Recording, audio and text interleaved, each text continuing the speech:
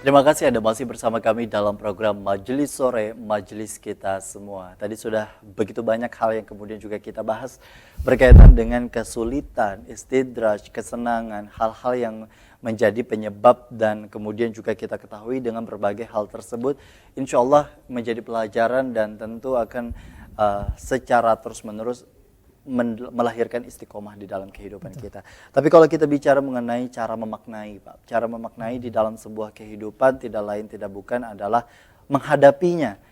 Kadang banyak orang yang kemudian juga lari, tadi yang sudah disebutkan, kepada hal-hal yang sebenarnya tidak menyelesaikan, bahkan menambah akan permasalahan baru. Nah, lari ke arah yang kemudian juga lebih positif ini kan sebagai bentuk pemaknaan. Pemaknaan seperti apa yang mungkin bisa dikategorikan untuk menghadapi sebuah permasalahan, penyebab kesulitan dan hal-hal lainnya untuk bisa kita terus menjadi hambanya Allah yang tentu melahirkan keridhoannya. Ya, baik. Ada satu statement yang barangkali sering kita ucapkan ya ketika kita mendapatkan musibah, terutama kematian ya. Tarji istilahnya, inna lillahi wa inna ilaihi raji'un. Terkadang kita hanya memahami konsep ini sebatas arti zahirnya saja. Artinya inna lillah, kita sesungguhnya adalah milik Allah dan kita sesungguhnya nanti pasti akan kembali kepada Allah. Seperti itu, tetapi pemaknaan ini hanya sampai kepada pikiran saja, pengetahuan saja, ya, kognitif saja, kognisi saja. Sementara tidak masuk ke wilayah dalam. Nah, padahal itu sesungguhnya makna yang sangat bisa kita teguhkan ketika kita mendapatkan berbagai macam ujian dan musibah, terutama ya di dalam Al-Qur'an tadi disebutkan alladzina idza asabathum musibah qalu inna lillahi wa inna ilaihi raji'un. Ini yang poin pentingnya di sini sebetulnya.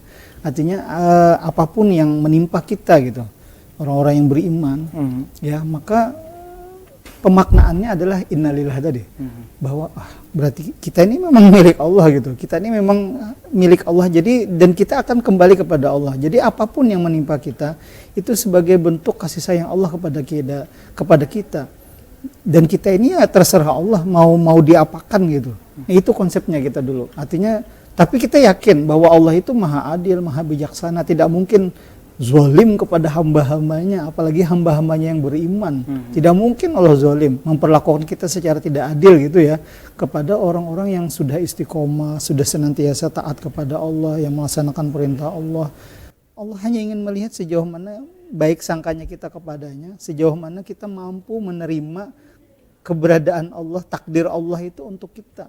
Makanya kalau kita lihat kembali atau kita renungkan kembali ya doa kunut nih subuh itu kadang ada satu doa yang di bagian kalimat kata itu falakal hamdu ala ma qadait ya, dan segala puji bagi Engkau ya Allah terhadap semua yang Engkau takdirkan, yang Engkau putuskan untuk kami. Itu doa yang sangat bagus sekali mengawali hari kita gitu, hari orang-orang yang beriman. Jadi apapun nanti yang terjadi, kebaikankah, keburukankah yang menimpa kita, itu semua tetap merupakan kasih sayang Allah untuk kita, sehingga kita sudah selayaknya memuji Allah gitu. Falakal hamdu ala ma qadait. Nastaghfiruka, kita mohon ampun juga dan bertaubat juga kepada Allah. Kalau misalnya kita ketika mendapatkan keputusan atau takdir yang tidak baik gitu, kita menjadi jauh kepadanya, maka kita bermohon ampun. Jadi ini doa awal hari yang sangat bagus ya untuk kita kerjakan gitu, sehingga kita dengan mau memaknai seperti itu, insya Allah kita akan ya istilahnya anteng aja menjalani hidup ini, meskipun ujian berupa kebaikan dan keburukan itu menimpa kita, terutama yang keburukan ya, kita tidak akan gegabah dan tidak akan goyah atau rapuh. Oke. Seperti itu. Baik, nah kita mungkin juga sedikit menyinggung seputar kondisi hari ini, kondisi pandemi COVID-19 yang tidak hanya merenggut akan sosial ekonomi, tapi juga berkaitan dengan kesehatan.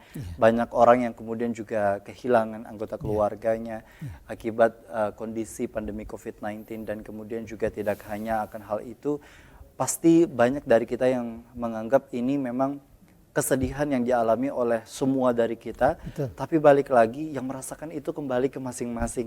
Tidak ada perasaan yang kemudian juga bisa disamakan, walaupun ini dia alami oleh banyak orang di seluruh dunia, tapi balik lagi perasaan itu tidak semudah itu untuk kemudian juga bisa kita dapatkan begitu. Sejauh mana sebenarnya kita menguatkan akan kondisi seperti ini di tengah keberhimpitannya ekonomi, di tengah kondisi keluarga yang mungkin banyak terpecah belah akibat kondisi tertentu, di mana ketika kita kehilangan anggota keluarga yang tidak disangka-sangka sebenarnya, walaupun semua sudah ditentukan oleh Allah, terutama di masa pandemi COVID-19.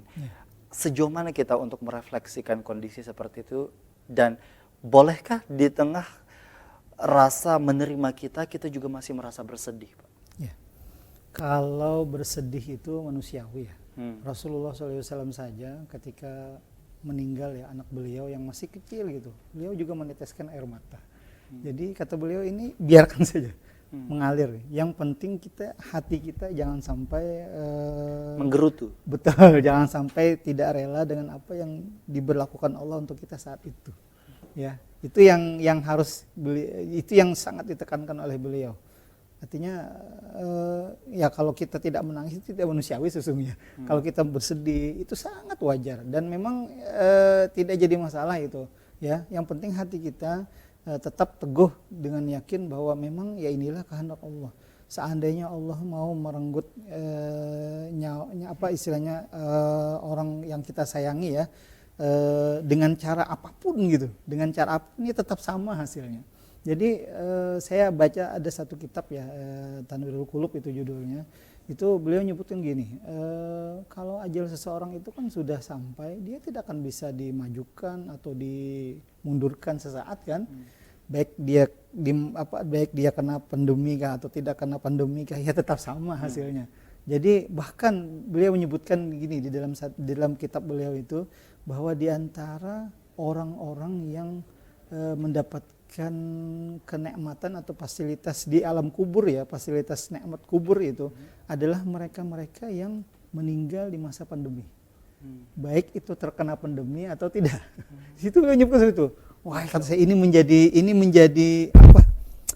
Penghibur bagi saya itu, penghibur itu bagi orang-orang yang barangkali ditimpa kesedihan saat ini ya. Betul. Bahwa bahkan kan kita dengar dari penjelasan ulama-ulama kita bahwa mereka yang meninggal karena pandemi itu dianggap sebagai syuhada ya. Dan itulah yang menjadi penghibur ya, yang harus kita teguhkan gitu, bahwa itu semua memiliki hikmah tersendiri, memiliki hikmah sendiri. Kembali lagi kepada konsep yang sudah saya tegaskan tadi, innalillahi wa inna ilaihi rajiun. Itu yang barangkali harus yang harus jadi pandangan dan prinsip kita dulu. Bahwa kita ini adalah milik Allah dan pasti akan kembali kepada Allah. Baik, tentunya kalau kita bicara mengenai kesulitan, kesukaran, hal-hal yang dianggap tidak sesuai dengan keinginan kita, terkadang memang itu menyakitkan, menyedihkan begitu Pak ya. Tapi bukan berarti juga kita dilarang untuk menangis, karena tentu itu sebagai sikap manusiawi yang tidak dijadikan sebagai salah satu hal yang dilarang. Betul. Namun yang dilarang di sini adalah ketika menangis, namun juga ada perasaan menggerutu dan tidak rela akan ketentuan dan ketetapan oleh Allah Subhanahu Wa Taala. Dan tentunya juga sekali lagi ini bisa menjadi pelajaran dan PR tugas kita bersama untuk sama-sama sisa umur ini, untuk kemudian juga tugas yang bisa dibilang cukup berat Pak ya, karena tentu untuk bisa menjalani hidup dengan penuh syukur di tengah begitu banyak ujian yang kita sebenarnya tidak semua ada yang siap dengan kondisi seperti itu. Maka dari itu tentu hal tersebut adalah tidak lain tidak bukan belajar dan terus minta nasihat ataupun juga doa dari orang lain. Boleh dari Pak Zikri sendiri untuk menutup agenda kita pada hari ini. Iya, terima kasih para pemirsa kaum muslim-muslimat yang dirahmati Allah.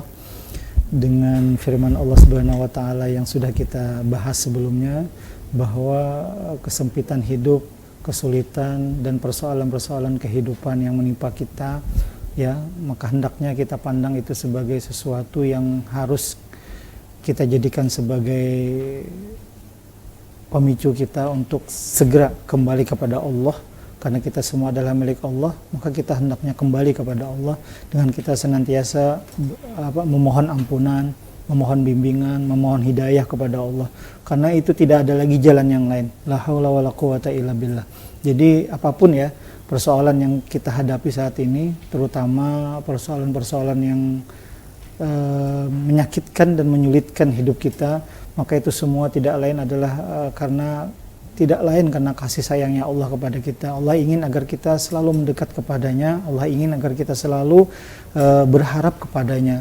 Allah tidak rela kalau kita berpegang pada selain Allah gitu. Allah tidak rela kalau kita menjadikan yang lain sebagai teman kita, sebagai harapan kita. Tetapi Allah ingin, dengan Allah memberikan kepada kita ujian-ujian hidup itu, Allah ingin agar kita kembali kepadanya. Itulah hikmah terbesar yang bisa kita petik untuk saat ini terutama. Demikian, Assalamualaikum warahmatullahi wabarakatuh. Waalaikumsalam warahmatullahi wabarakatuh. Alhamdulillah, Masya Allah, tabarakallah. Terima kasih Pak Dr. Zikri Nirwana MAG yang tentunya sudah hadir di studio Dita TV. Semoga ini bisa menjadi sebagai salah satu pelajaran berkah tersendiri bagi para pemirsa Duta TV, dan insya Allah dari apa yang kita sampaikan membawa keberkahan dan tentunya juga memberikan manfaat bagi para pemirsa Duta TV. Terima kasih bagi para pemirsa Duta TV yang sudah setia menemani kami dalam program Majelis Sore. Akhirnya kami berdua undur diri dari hadapan Anda. Wassalamualaikum warahmatullahi wabarakatuh. Waalaikumsalam warahmatullahi wabarakatuh.